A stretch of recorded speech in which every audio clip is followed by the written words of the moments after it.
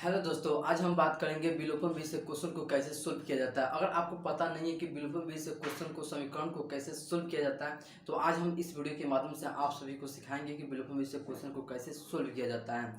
तो चलिए, आप सब शुरू से लेकर लास्ट इस वीडियो के माध्यम से बने रहिए। अगर आप प्रतिस्थापन विधि से क्वेश्चन को सोल्व करने का पता नहीं है तो जाकर प्लेलिस्ट से वीडियो को देख लीजिए। वहाँ से आपको प्रतिस्थापन विधि से क्वेश्चन को कैसे सोल्व किया जाता है, वहाँ से आपको वीडियो मिल जाएगा।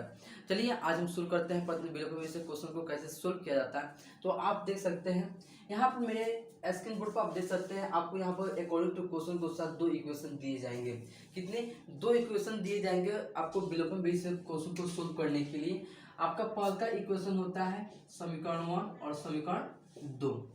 चलिए, अब इसमें क्वेश्चन को कैसे सोल्व किया जाता है, जैसे यहाँ पर देख सकते हैं एक्स का जो आपको कोएफिशिएंट आप दिख रहे थे, एक्स का जैसे समीकरण 2 में देखते हैं एक्स का कोएफिशिएंट आपका 5 है, y का कोएफिशिएंट 4 है। यहाँ पर समीकरण 1 में y का कोएफिशिएंट 3 है, यहाँ पर x का कोएफिशिएंट कितना है? 2 है।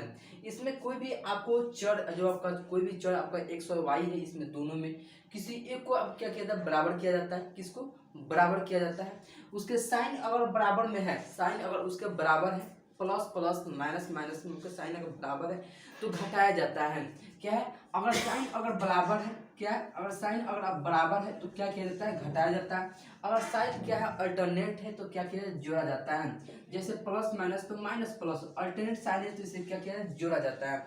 तो चलिए, इसी कॉन्सेप्ट के अनुसार ये क्या होता है? विलोपन विधि को सोल्व किया जाता है। सबसे पहला काम क्या किया जाता है? जो आपका चर होता है उस चर को क्या किया जाता है? बराबर किया जाता है किसी एक चर को। चलिए, अब हम बराबर करते हैं। यहाँ पर देखिएगा, यहाँ पर x का कोएफिशिएंट कितना है? 2 है। यहाँ पर y का कोएफिशिएंट कितना है? 3 है। यहाँ पर x का कोएफिशिएंट 5 है, यहाँ पर y का कोएफिशिएंट कितना है? 4 है। अगर हम x वाले को हम लेते हैं, किसको? x वाले को लेते हैं, तो x का कोएफिशिएंट को दोनों को बराबर करेंगे। तो दोनों को बराबर करने के लिए ऊपर वाले में हमें कितने से? 5 से मल्टीप्लाई कराना होगा, और नीचे वाले में 2 से मल्टीप्लाई कराना होगा। कितने से? नीचे वाले में 2 से, ऊपर वाले में 5 से मल्टीप्लाई कराना होगा। तभी जाकर क्या होगा? 10 10 आपका दोनों आपका बराबर हो जाएगा, x का कोएफिशिएंट बराबर हो जाएगा। अगर y का भी लेना चाहते हैं तो ऊपर वाले में 4 से कराइएगा, नीचे वाले में 3 से करा दीजिएगा, तो y का कोएफिशिएंट बराबर हो जाएगा। हम x वाले ही लेते हैं, आप कोई भी ले सकते हैं आपके मन के ऊपर। जैसे ऊपर वाले में कितने से? तो 5 से मल्टीप्लाई कराना है, नीचे वाले में कितने से? तो 2 से। चलिए, आप समझ गए कि मल्टीप्लाई क्यों करा है? क्योंकि जो x का कोएफिशिएंट है, जो बराबर करना है x के कोएफिशिएंट को, तो उसको बराबर करने के लिए मल्टीप्लाई कराए हैं। अब चलिए, अब इस दोनों अगर साइन को देखिएगा तो यहाँ पर 5x का पहले साइन आपका प्लस में, यहाँ पर 2x का प्लस आपका साइन क्या है? प्लस में है। मतलब दोनों साइन क्या है? तो बराबर है। तो बराबर है तो क्या करना पड़ेगा? घटाना पड़ेगा। क्या करना? घटाना पड़ेगा। सबसे पहले हम इस इक्वेशन को हम लिख देते हैं। इसे आप समीकरण 1 को लिखिएगा तो क्या होगा? 10x हो जाएगा। 10x प्लस में यहाँ से किया तो कितना आ जाएगा? 15y बराबर 8 25 40 हो जाएगा। यह क्या है? समीकरण फर्स्ट है। क्या है? समीकरण फर्स्ट है। दूसरा वाला क्या होगा? तो 10x प्लस में 8y बराबर 13 दूनी 26, यह क्या है? समीकरण 2 है। क्या है? समीकरण 2 है। अब क्या करना है? अब आपका साइन क्या है? बराबर है x का कोएफिशिएंट का, तो क्या करना होगा? घटाना होगा। और अल्टरनेट रहता तो क्या है? जोड़ना होता। तो ये आप यहाँ पर क्या लिखिएगा कि समीकरण एक में से समीकरण 2 घटाने पर। अब चलिए, अब आप घटाइए। अब समीकरण 1 लिखिएगा, तो समीकरण 1 क्या है?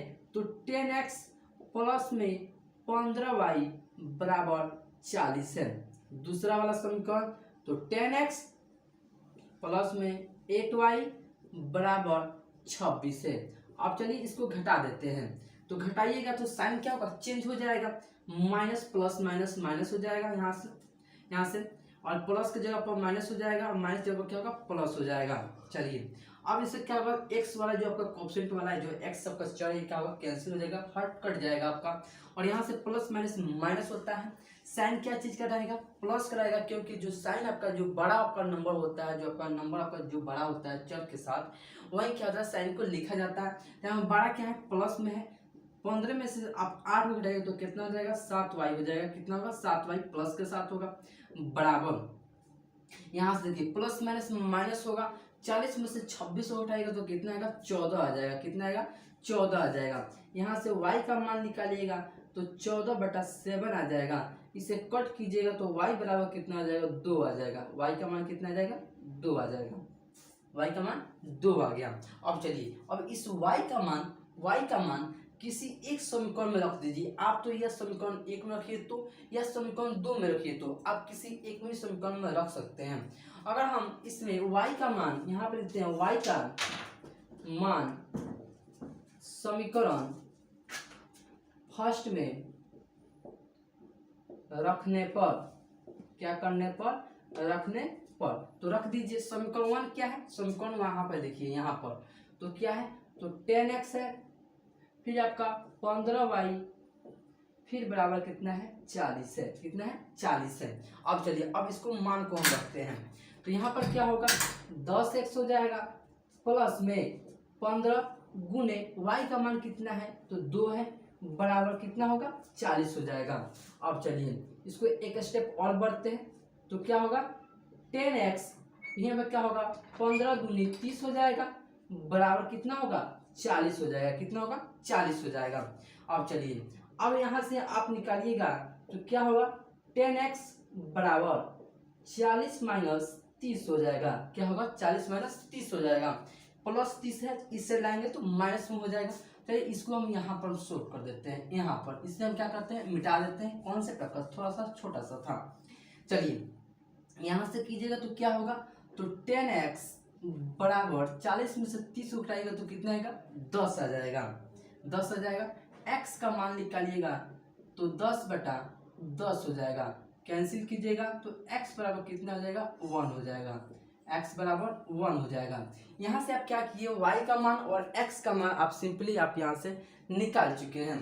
अब चलिए तो यही आपको क्या करना था, बिलोपो मिश्रित क्वेश्चन को इसी तरह सोल्व होता है। सबसे पहले हम क्या किए, आपका अकॉर्डिंग टू क्वेश्चन के अनुसार 2 समीकरण दिया गया था। कितने 2 समीकरण दिया गया था। इसमें क्या करना था कि जो जब चर आपका दिया था x और y आपका जो चर था उसके कोएफिशिएंट को क्या किया जाता है बराबर किया जाता है। क्या किया जाता है बराबर किया जाता है। तो हम x वाले कोएफिशिएंट x वाले जो चर है उसको हम लिए हैं, जिसके कोएफिशिएंट को क्या किए बराबर किए। दोनों कोएफिशिएंट को क्या किए समीकरण 1 और समीकरण 2 के कोएफिशिएंट को बराबर किए हैं।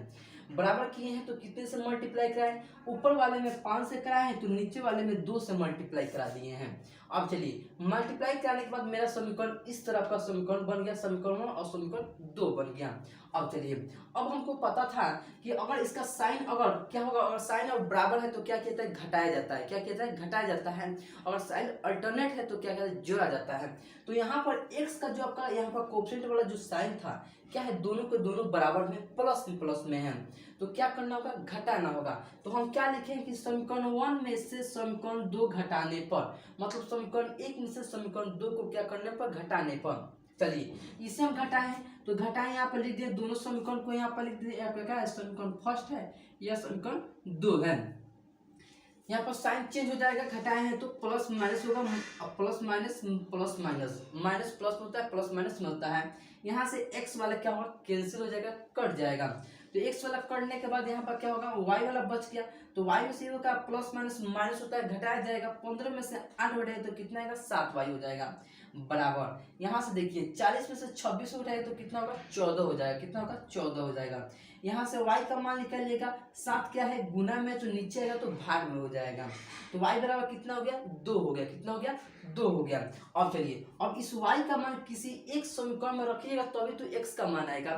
तो हम क्या किए हैं इस y का मान समीकरण 1 में रखने पर, मतलब समीकरण 1 में हम क्या किए y का मान रख दिए हैं।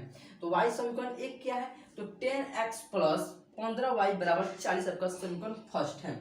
इसमें क्या y का मान रखे तो क्या हुआ है यहाँ पर 10x हो जाएगा प्लस में 15 गुने 2 बराबर 40 हो जाएगा।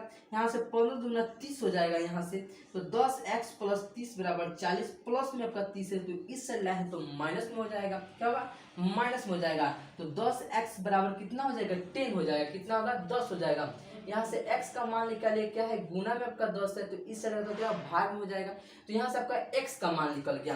तो इसी प्रकार से आप x और y का मान क्या कर सकते हैं, फाइनली आप निकाल सकते हैं। इस प्रकार से विलोपन विधि को आप क्वेश्चन को सोल्व कर सकते हैं, कितने भी आपको इक्वेशन दिए गए हों, कितने भी क्वेश्चन क्यों ना दिए जाए विलोपन विधि से। तो आई होप कि आप वीडियो को देखकर आप समझ चुके होंगे कि क्वेश्चन को कैसे सोल्व किया जाता है। तो चलिए फिर मिलते हैं नेक्स्ट वीडियो में। अगर मेरे चैनल पर नए हो, चैनल को सब्सक्राइब कर दें, साथ में बेल आइकन दबा दें। बेल आइकन दबाने से फायदा होगा, मैं कोई भी वीडियो बनाऊँ आपको तुरंत पहुंच जाएगा, आप अच्छा से अच्छा तैयारी कर सकते हैं। फिर मिलते हैं नेक्स्ट वीडियो में, इसी प्रकार का और भी कॉन्सेप्ट लेते आएंगे। अब तक के लिए जय हिंद।